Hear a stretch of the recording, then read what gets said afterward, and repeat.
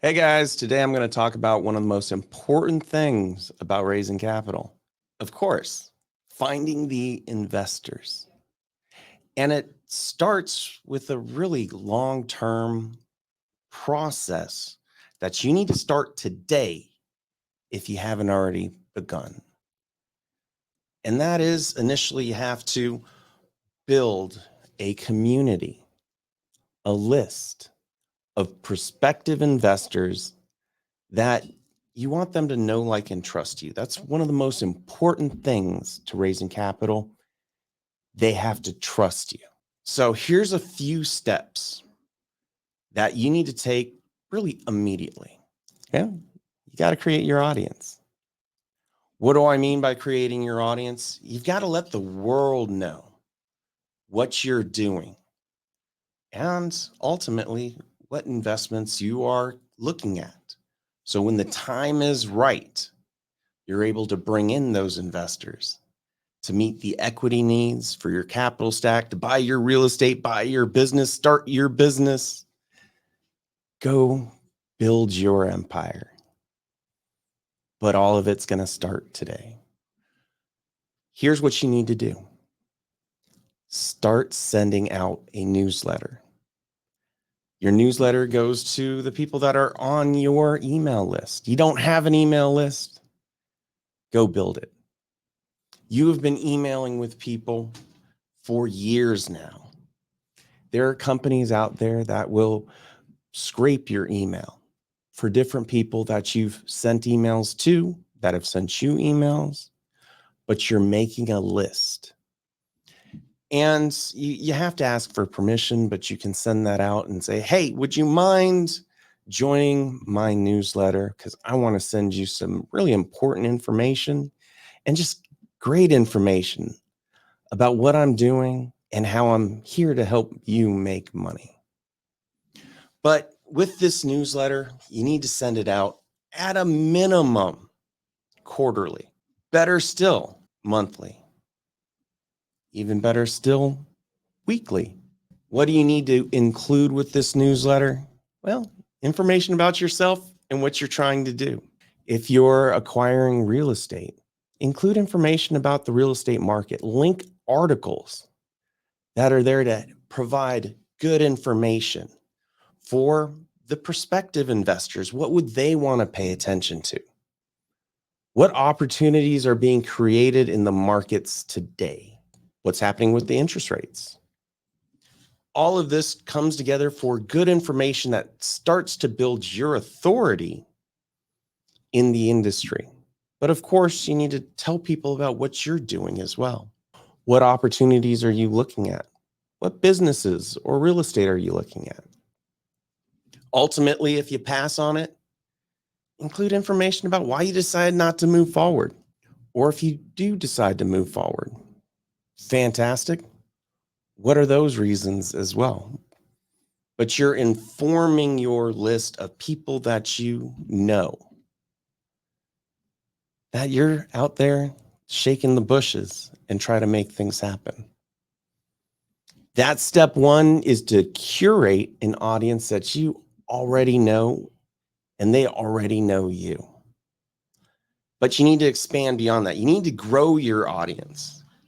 And the best way to do that is through social media, with Facebook groups, with your friends on Facebook, your connections through LinkedIn. You should be posting about what you're doing on an ongoing basis. And as you're reaching out, you're just including the same information as what's in your newsletter. Post articles, create engagement. Tell people about what you're looking at. Tell people what you passed on and why you passed on it. Again, you're trying to create the engagement for people that know, like, and trust you. And if you can leverage that to build funnels, to continue to grow your email list for your newsletter, all the better. And the easiest way to accomplish this, it is called testing the waters. And here's your direction. Test the waters as much, as frequently, as often as you ever could to explain what I actually mean. Testing the waters means that you're looking for non-binding indications of interest in the potential investments that you're looking at. It doesn't mean that anybody's committing, but you're starting to make a list of people that may be interested in committing. Every time you're looking at an opportunity, you should be putting up one of these testing the waters pages, sending it to your email list with your newsletter. This is what I'm looking at right now. Maybe you're interested, maybe you're not. But if you could be, let me know. Also, linking and communicating with people online with the social media. At the end of the day, you're using this to start to bring in the prospective investors that ultimately will be contributing. Now, as I say, it's non-binding. There are required disclaimers that need to be included. Basically, what these disclaimers say is, I'm not asking for money. I'm not accepting money. I still have the deal under development. I'm testing the waters. If you need any more specific or direction on that, email me, info@crowdfundinglawyers.net. Happy to provide, there's no charge to it, the disclaimers that you need for your testing the waters pages. And there are quite a few resources to create your landing pages. Again, you need any of those, just reach out. Happy to provide it at no cost. We're just here to help. Because as you're testing the waters, as you're looking at new opportunities, as you're growing your list, finally, you're going to find that one opportunity that you want to pursue and move forward with. That's when you really need to have an attorney. Before that, you're just out there marketing, growing your base, and you need to start that now. You don't need to wait until you have your opportunity. And in fact, oftentimes I'll have somebody call up, hey, I got this deal under contract. I need to close in the next 60, 90 days. And my response is generally, you may have missed the boat if you weren't creating your investor community before you ever got started. So that's why I say start this now, so that when you're ready to bring in investors, you already have people to follow up with. Because the people that are showing that indication of interest for the current investment, for past investments, they are the guys that are interested in investing with you. Those are the people that you need to be following up with. And that is creating your audience. Now, as part of your communications, there are really things that you should never, ever communicate. Don't use definitive terms. What I mean by this is, hey, don't communicate guarantees. You know, things are always at risk, and you need to treat it that way.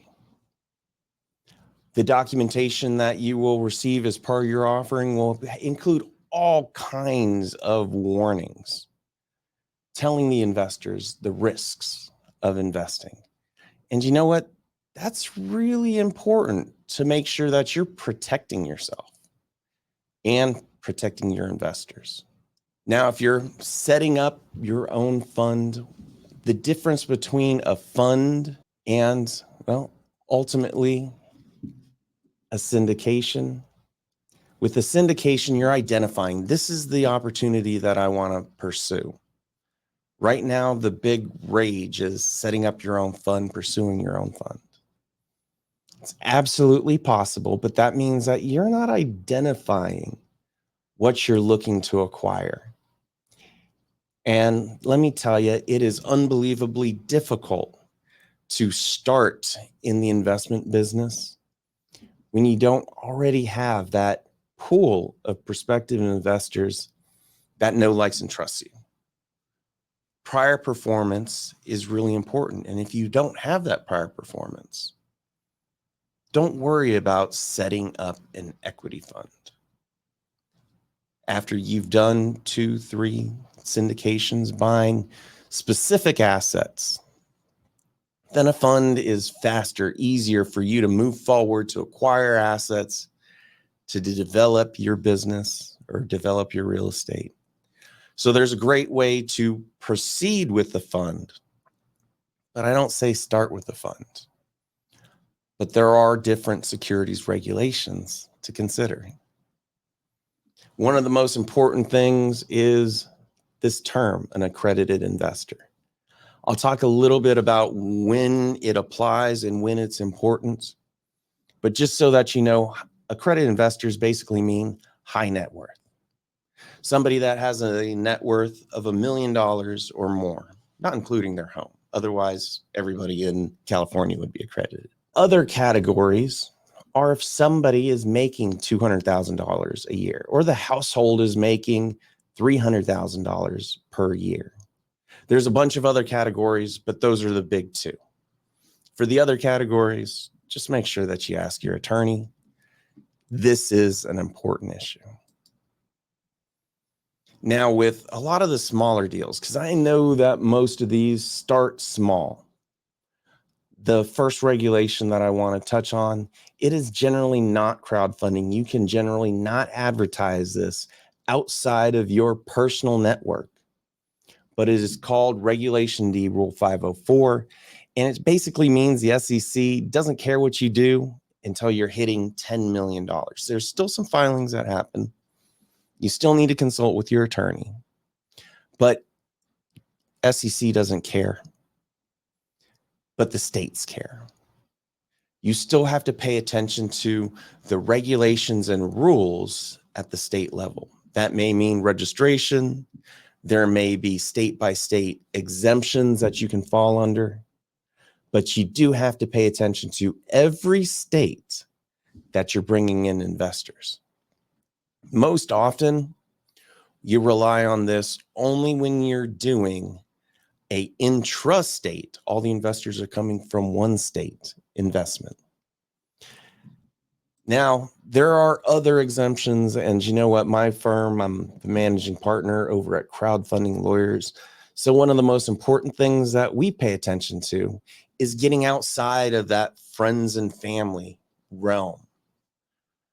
2, advertising, marketing, using social media, your email blasts, your newsletter lists, doing webinars, doing seminars, doing direct campaigns to people that you don't actually know.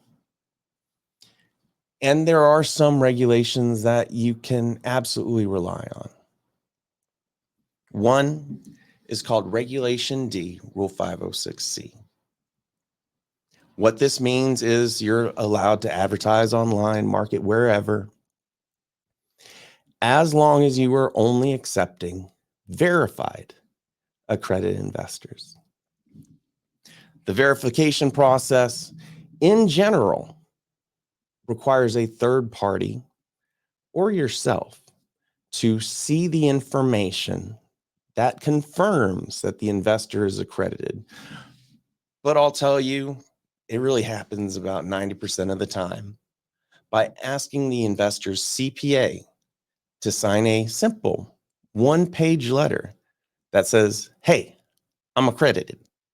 Then they send it in. There's your verification. A second option to allow for advertising is called Regulation CF. It's quite literally regulation crowdfunding. With regulation crowdfunding, you're permitted to accept absolutely anybody as an investor. There are some restrictions. You are only allowed to raise up to $5 million. And there's restrictions on how much the non-accredited investors may contribute.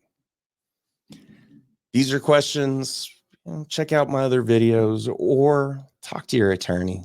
They'll tell you about the limitations. One of the most important things to pay attention to is you are required to use a FINRA registered crowdfunding portal. There's only about 80 of these in the country, and most of these investor portals and a vast majority of deals we work with are leveraging investor portals.